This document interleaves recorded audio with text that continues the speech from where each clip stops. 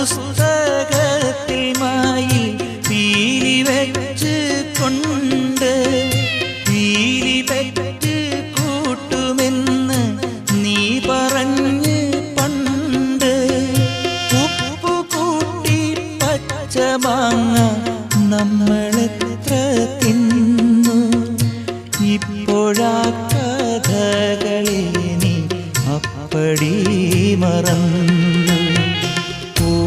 പള്ളിയിലന്ന് നമ്മൾ പോയിരുന്ന കാലം ഓർത്ത് കണ്ണീർ വാർത്ത് നിൽക്കയാണ് നീലമേഘം.